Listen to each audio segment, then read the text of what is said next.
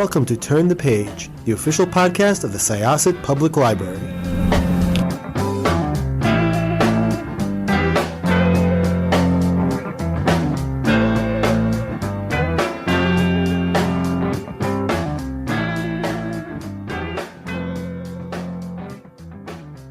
Welcome to Turn the Page podcast from the Syosset Public Library. I'm Evelyn Hershkowitz, Reader Services Librarian, and I am so excited today to have with us Lisa Scottoline, an unbelievable author and more energy than the Energizer Bunny. I'm just going to read a quick little bio about Lisa. It's real quick, not a lot, but just so you guys know. I'm sure most of you who are listening know who she is anyway, but Lisa Scottoline is a #1 best-selling author, the New York Times bestselling author and Edgar Award-winning author of 33 novels. I guess now it's going to be 34, right? Right. Including her latest work, Eternal, which was her first historical novel. But the one we're going to talk about today is What Happened to the Bennetts, which is coming out on March 29th. She also writes a weekly column with her daughter, Francesca Saratella, for the Philadelphia Inquirer titled Chick Wit, which is a witty and fun take on life from women's perspectives. These stories, along with many other never before published stories, have been collected in a New York Times best-selling books, series of humorous memoirs. I love those nonfiction ones. Those are just hysterical. Thank you so much. I used to have to read over at the nursing home. I used to bring those all the time for them. They really like that too. I appreciate that. Lisa's books have solidly landed on all the major bestseller lists, including the New York Times, USA Today, the Wall Street Journal, Publishers Weekly, the Washington Post, and the Los Angeles Times. And for those of you on Facebook, you can watch her every Monday night at 7:30, where she right now is talking about her book, What Happened to the Bennetts, and giving away iPads every week. If you've pre-ordered the book and got on her website and told her that you did, she's going to enter you into the contest and you could win an iPad. It is so much fun. I watched and listened last night, and I just love your energy. It is just so fabulous. So, Lisa, Evelyn, thank you so much for being here with us. You are such a sweetheart, and I appreciate that. And I think it's just, we were saying a little before, I just feel very grateful. It's either that I'm grateful or lonely. I live alone. I got a cat and 3 dogs, and I just feel, maybe it's my age too, but I am very, very lucky in my life. I've written all those books, and God bless libraries like Syosset, because really I've just been supported book to book and grown my career from paperback original. I wasn't shot out of a cannon when I started, and it's a kind of old school way to grow. And it feels very, very, I'm just so grateful to my readers for that. They have followed me book to book, whether I'm writing something funny, like the humor, or something like the thrillers, or like eternal historical fiction. And I cannot believe my life. I still can't believe how lucky I am. I've always loved libraries and practically grew up in one. So that I'm getting to talk to you is awesome. Thank you so much. And one other thing I just want to say is that it got its starred review in Kirkus, which is not an easy thing to get. And it said explosive new complications in the most relentless of all her mysteries, a high octane thriller. Best started early in the morning. And that is true. Because when you pick it up, you do not want to put it down. You need to know what happened to the Bennett family, to Jason and Lucinda and Allison and Ethan. It just grabs you right from the start. How did you get the idea for this book? I got the idea. It's funny. I don't write with an outline. You can know me for 2 minutes and know that I'm not like a great planner, but I like to just sort of, something will grab me, and then you can't not write that. So it starts with the carjacking, which is botched, and then this family's life turns upside. And that was the idea I had. What happens now? Like, what do they do? And what you're trying to do, you're only trying to tell a really dramatic, emotional story. One that could happen to any family, and suburban nightmare, or really anybody's nightmare. Then they find, I'm not giving anything away, but they find themselves in witness a protection program. And when you learn about what happens in the witness protection program, you learn something about how it began. You realize it was kind of for the mob. I mean, it was for bad guys turning evidence on other bad guys. If you put a bad guy in a hotel somewhere, he's not going to mind. At least you're keeping him safe. But that's not true for a modern family with Twitter and Instagram and Snapchat and the kids and the whole thing. And I thought, what if? That was the idea. What if? And then take it from there, the way they do. And the location you picked? Yeah, well, I kind of picked it close to home because I know it well. And basically, I think, if you write about any area with specificity, it becomes readers, like all readers, extrapolated to their own neighborhood. This suburb that I live in Pennsylvania isn't really different from a lot of other suburbs. It still has, the Wendy's and the strip mall and the Michaels and the things and all the places we go to and the gas station and the drive-through Dunkin' Donuts and which ones can you drive through and which one can. So you want to have that because the setting now. So then what I sort of wanted to underline with this, that if you want to hear, it's so strange because I'm lucky enough to have been doing this for 30 years. So I have some contacts. So I call my FBI contact, who really is an expert retired FBI agent who worked in the witness protection program. And I said, well, if this happened in Pennsylvania suburbs, where would you send the person initially? Because it's a whole big process. And we talk about it in the book. And he said, we'd send you to Delaware. And I'm like, Delaware? Like Delaware is 10 minutes from my house. That doesn't seem like you're really keeping me safe. And he explains that, as we explain in the book, that's temporary, then until you get moved to Arizona or someplace really far. And so when I went to Delaware, the setting vis-a-vis your question, believe me or not, I'm going to answer it sooner or later, but you're so nice to talk to that. But the bottom line is, this is a guy, Jason Bennett, this dad who this awful things happens. And when he finds himself and his family in witness protection program, he grew up on a farm in Pennsylvania, in Hershey, Pennsylvania. Chocolate lover's paradise. Yeah, that's for sure. I love it. And he finds himself at the Delaware shore in kind of a tidal basin where the sand beneath his feet is shifting and the water is going in and out. And he has lost his grounding, his terra firma. His whole family has. And I like that because it kind of outlined it kind of underlies in a subtle way, I hope, what happens to this family when they kind of get the rug pulled out from under them, literally. So that's why the setting. And Delaware is only 10 minutes from you, huh? I did not know it was so close. Yeah, it's really close. I'm close to the border, and it's great. What's the town that you're closest to? King of Prussia. Huh? King of Prussia. People will know King of Prussia Mall. That's I've heard of it. Haven't been, but I've heard of it. Nothing like good shopping, right? It was nothing like a mall. Last few years. How were you during the pandemic? I know Francesca was staying with you. Were you able to write? Were you able to? My daughter, she lives in New York and in the city. And I was like, well, like all of us. In fact, that sort of informed Eternal for me, which was the historical novel. I was just like, I'd never written one before. And then I said to myself, well, when you're entering a period that's historically significant, you don't know it. Right.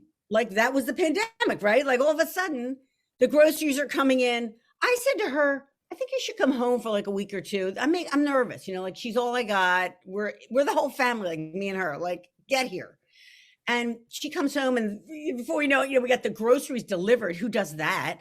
And we're spray painting it with fantastic. And I'm washing cereal boxes like an idiot. You're afraid of everything. You can't want to touch anything. We had to bring the dog to the vet. I was like, oh my God, let's wash the dog so we don't get COVID from the dog's hair. And, but you just go step by step and then you learn, wow, this is how you survive now. And that got me through Eternal. And partly that gets you through what happened to the Bennetts. Because I think to a certain extent, God forbid, family have a lot of drama and all the stuff that we have to deal with, especially during the pandemic. People have, we've lost people. And we all know somebody who's been really sick. And that happened in my family. But we go, how do I survive this? How do I go forward through this horrible time? We don't throw in the towel. We just figure out what to do next. And that's what they do and what happened to the Bennetts. They certainly do. Like I told you, it was so enjoyable. I could not put it down. The minute you pick it up, you're just going to want to read the whole thing. So make sure you clear your calendar and sit down and read and love the book. I want to let everybody know from Syosset that the book will be here and you'll be able to put a reserve on it, but it'll also be available on Overdrive. But the book and the audio. I read the book as it hasn't come out yet, so I was not able to get the audio. Did you have a good audio narrator? Oh, I'm so excited because I'm an audio person. I'm a book person, right? Like, and that's what's so cool about, like, when you say it's so nice of you to say that about the Bennetts, because to me, that's the magic. Like I see you in the library and it's like, a book can transport you. I mean, it really, really can. And you can, even a thriller, you forget Ukraine, it's so awful. I want to think about something. I want to just be taken away. And so I forgot what the question was though. The audio narrator. Yeah, so I love audiobooks. In fact, I just got back from a walk. I walked the dogs, Right. and it's 2 miles, and I listened to an audiobook. So I want to know what you listen to. You know what I listened to? I listened again to a book that I love. Okay, I'll tell you briefly. Eternal, which was my last book, was read by 2 people, Eduardo Bellerini and Cassandra Campbell, because it had male and female parts. Right. I couldn't even believe how good that audiobook was. And I get to approve the audiobook narrators, frankly. I mean, I'm a little control freak. I mean, they send me clips. Because I care about audio, I care about my book so much. And also, honestly, I believe in the story. Like, I'm a storyteller. I'm like a people person in a house that lives, I talk to the cat, you know? So I like the story told, and I like to be told the story. Right. And when I wrote Bennetts, I knew it was mainly in a male point of view. And I asked for Eduardo because I think he's sensational. He's won a million awards, and he's great. Now, the audiobook that I was listening to was one I've listened to before. And Evelyn, you and I spoke earlier, and I never reread a book. Right. But I do re-listen to an audiobook. Oh, okay. And I would tell you one of the best audiobooks I've heard in my life. I'm just going to tell you it's the best audiobook I've heard in my life. And it's not my book. It's the Lehman trilogy with Eduardo Bellerini reading it. It is stunning. It's stunning. I don't know that book. Well, I'm going to weird you out when I tell you it's a poem, but it's not really a poem. It's actually a stage play, and it's currently on the stage. It's the story of the Lehman family. It's a story of an immigrant family, and it's a story of American. It's what is it like to be an immigrant in America? And since to a certain extent, my family's immigrants from Italy, I feel that very much. I love these stories, and it's fantastic. And you must get an audiobook. You guys have it at the library. I mean, I'm going to look. Absolutely. You'll be blown away. You will be blown away. I'm just telling you. And Eduardo is the one who's narrating. Eduardo Bellerini is the narrator. And he's the one who's narrating what happened to the Bennetts. Yes, he is. Okay. I think he's outstanding.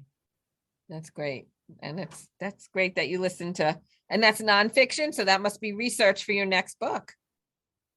I wish. I love these epic stories. It's funny. I'm writing a book about Sicily now, and I also like, which Eduardo also read, The Florios of Sicily, which is another story about an immigrant family. And also there's a Jewish angle, because what happened in Sicily, long story short, is that during the Inquisition, Jews and Muslims were actually expelled from Sicily. So much so that there's almost no Jewish population there now. That's incredible. So I kind of wanted to explore that, because I'm always sort of looking at issues of law and justice and family and love, and how those things kind of intertwine. So history, unfortunately, provides plenty of examples of where law will actually thwart justice or enact injustice, like it did during Mussolini's time in Eternal, and to a certain extent, like it does in Bennett's. We don't want to give anything away, but the law does not effectuate justice in that book. This American father has to get it for himself. And that's really a very interesting thing. I taught a course called Justice in Fiction at Penn Law School, where I went. And so you have to, when you place novels in context, like The Godfather is perfectly placed because it came right after Watergate. And there's all this political and social upheaval in the country. And that's happening a little bit again now. You can't really, as a writer, you have to write something that will ring true to people and also ring true to you. So you can't write something where the good guys always prevail and the bad guys always get caught. We have different views of policing. We know different views of justice. We are trying to figure out how to make all this be fair for everyone. And so you have to write a truly modern thriller. And I hope that, what happened to the Bennetts is. I tried very hard to make it one. Do you think your background as a lawyer helped you write this book? It gave you. I think it does secretly, because, well, first of all, I'm like everybody in that you don't need a law degree to care about justice, Right. Something like that, like a whole Ukraine question. People go, what's right? What's the right thing to do? What should America do? That is really kind of a justice question. The difference in right and wrong is kind of like, I don't know, it's legal, it's moral, it's ethical. What's right? Well, gee, we don't want World War III. On the other hand, I like to think that if Hitler arose again, we would stand up against him, whether or not the first country he invaded was a NATO country. You have these nuances of analysis that you really have to look at and carefully consider. So I love to do that, but I think people without law degrees love that too. Sometimes being a lawyer gets in the way. You get too lawyerly about it. I try to, use that as a jumping off point, but you're really looking at where the law falls short. The good news is people can change law. That's what's great. Law doesn't get handed down. Some law gets handed down from on high, like the 10 Commandments, but basically, we make the law. We decide what the law should be. We elect people that are supposed to make laws that we think are just. And that's what you hope happens. It just takes a long time to make it work. Now, with the Bennetts, I know you said you contacted your FBI friend. What other research did you have to do? I did the fun naturalistic research, which was going down to Delaware and looking at this setting and looking at, I do the action stuff too. I mean, there's a fairly tough chase scenes in this. Right. I drive around these back roads. I see what's possible. I had to learn some, and we won't tell too much, but some down and dirty stuff about how you get a car painted real fast and who really does do that and who really does need that. Cause I'm such a goody that, I mean, you got to find out if that's possible. And so so I basically give my little journey of finding about how that is. And what I'm trying not to give it away, but as you can guess, a person who needs a car painted really fast is either a guy who's doing a bad thing or going to do a bad thing or a victim of a bad thing, or you're not going to go into Mako, Right. And so I was like, gee, what do you do? And I'm just, like there's a lady from the suburbs driving around, going, how can I get a car painted fast? And they're like, are you in trouble? Are you lost? I'm like, no, I'm just writing a book. Mm-hmm. So, you basically, honestly, you research everything because it's all got to ring true. People especially readers are so smart. And how did you do a book like this without an outline? I've done every book without an outline. Really? There were so many twists and turns and you had to make sure it all fit. Without an outline, it's amazing to me. It was killing me. It was killing me. And it does. And a little bit, I'm kind of intense, as you're nice to call it energetic. I'm probably like annoying, but luckily there's no one around to annoy. Like, I'm divorced twice. And now you know why. Only dogs can put up with me. But I think like, I basically only know what would happen next. Like I have to think, what would this character do next? Now, what's great about that is you get a character who will behave in a logical fashion. You might not agree with the character. You might not like the character. There's a lot of, there's some really likable characters in the Bennetts and there's some that are unlikable, but you understand why they do what they do. And that's because I didn't figure it out in advance, and partly for me, look, life is short. God, we're so lucky. And I go, if I had this big long outline, I might be calmer. Like I'd be calmer. But on the other hand, I wrote today until 2:00 and then I walked the dogs. And if I were just writing something that was an outline, I think it would be like Mad Libs, that I'd be filling in a blank. And oh my God, first of all, I don't want to spend my life that way. Second off, I do think that my energy and excitement about what is going to happen translates. I think it secretly translates. So when people go, do you know how it ends? I don't know. I don't know how it middles. I don't know a damn thing. I will be the dumbest author you ever interview. Do you surprise yourself sometimes? Like, oh, totally. I just did today. In fact, I couldn't sleep last night and I woke up at 3:00 and I go, oh my God, that's what should happen. And it's a surprise ending. It's a surprise ending for me. It's just not, it's scary, but my only secret is I say to myself, just trust this process because you've been doing this a long time. And you're not as old as I am, but you get that feeling that after you've been around a while, you have to go, okay, have a little faith, have a little faith. If you work really hard, it's going to turn out. Well, you do a great job with 30 something books. Now, the first book you wrote, which was the first book you wrote?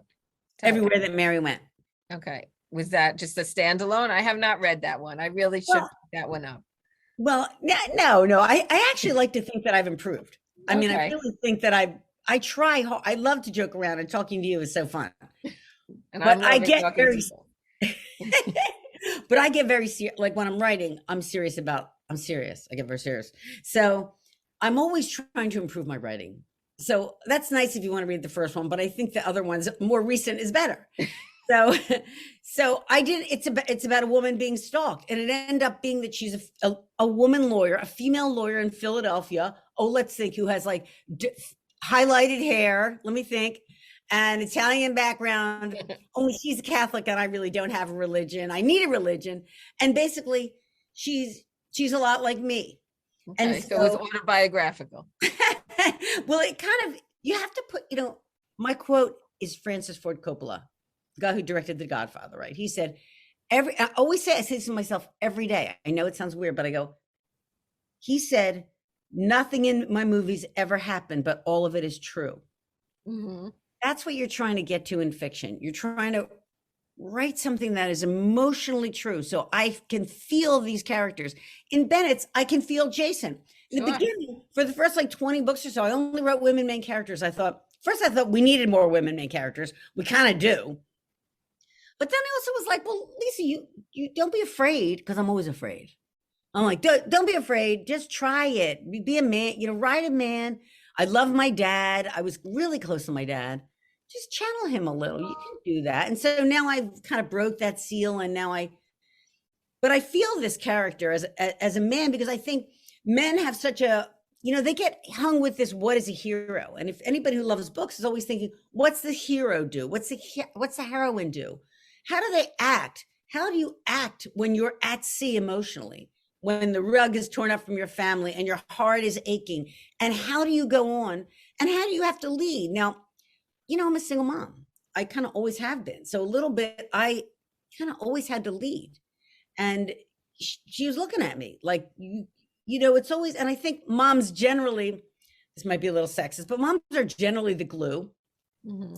And the bottom line is, not everybody can jump ship.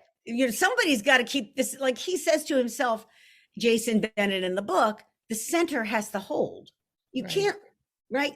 And we all know that. I mean, even if it's something as little as, your kid's sick and you're sick too. Well, guess who's not sick today? You. You're going to take some Advil, cold and sinus, and you're going to suck it up. Right. And well, Jason was a wonderful family man. I mean, he was a good guy. Loved his family. Thank you he did. And I really wanted to define, I love all the Marvel movies and superheroes, but a lot of these male heroes are really concerned about power. And I think that to a certain extent, men are kind of redefining what is a good dad. I mean, look at all the dads who are home now, right? People are I know dads who are spending more time than ever with their kids and loving it. They're looking at themselves differently. Mm-hmm. That is something that, of course, they always value, but they're really learning to value in a new way. And aren't sure they want to give up. And so what is a family man these days? What happens when your world falls apart? Who holds it together? At some point, Jason says, maybe a hero is just the guy who solves a problem. And that sort of came to me when I thought he's not a showboating kind of guy. Right. I'd love to meet a guy like this. I'd love to meet this. That's the whole fun of inventing a character, right? Exactly. It's like, this guy is so husband material. I'm like, damn, I haven't had a date in so long. And he's successful, and he's a successful man too. Yeah, and he loves the kids, and he's such a great guy. He's just great. Maybe he's out there somewhere for you, Lisa. You're a sweetheart. You got to get out of the house once in a while. Right, damn it. We got to get out of this house. Are you going to be doing any in-person things to promote this book, or is it all over Zoom? It's all over Zoom, unfortunately. Oh, come on. You could get out for something. There's got to be something close. I've been stayed locked down, but I think I'm emerging slowly. Okay. When we set up the tour, we weren't touring. The publisher wasn't sending people. Right. So next year, I'm pretty sure I will. Okay. And maybe there'll be some speaking events as we begin to open. I'm vaxxed and I'm boosted and all that stuff. But I miss it because a lot of my tours are libraries. I mean, I love library tours, and well, we would love to have you here. Oh my God, I will get. That would be the greatest thing ever. I will get there. I promise you, I'll get there. That is a promise. Thank you. Oh my God, that would be so great. You hear that, everybody? She promises she's going to come to Syosset. Me to you, girl. And we would love to have you. That would just be like the greatest pleasure for us. It's the most fun gigs for me ever because first of all, I love meeting readers, and I just love the whole feel of a library. I just do. Yeah. And your books are very popular here. We We recommend them all the time. They go out. We get a ton of copies, and they just fly off the shelf. So Well, the journal has been so popular. I've been using it for, a lot of book groups that I have that ask me. I've been having them do that. And like I said, eventually I hope I'm going to be doing it, and I look forward to that. Well, I appreciate that. And this is just me thanking you just as a person who loves books. And, my family really loved me, but they didn't really get the whole reading thing. Like they were always, go out and play. My mother was always, you're going to ruin your eyes. Our whole life. Stop reading, you'll ruin your eyes. She didn't even understand it. But it was the library. Because I always feel like I just want you to know that, even a community as lovely as yours, you don't really know what goes on behind closed doors. You don't really know who's walking into your threshold. You don't know if they're getting the support they need at home. And even though my parents loved me, they didn't really quite get that. The library got it. I felt like this is my club, man. I'm just happy that you exist, and I'm grateful to you for what you do. And I know that not everybody can tell you that, but all you've done through this pandemic and the curbside stuff and the hours, Yes, I see, you look like, for a while, you look like you're in there for yourself, and it was all dark. And I'm like, poor Evelyn, holding the fort for the podcast. Yeah, no, we're all doing podcasts. We've been doing them. It's been, you know what? Think about it. If it didn't happen, you and I probably wouldn't even be talking right now. I know. I love it. I was so happy. This is the only silver lining out of the whole pandemic, is that we get to engage with authors that are not here.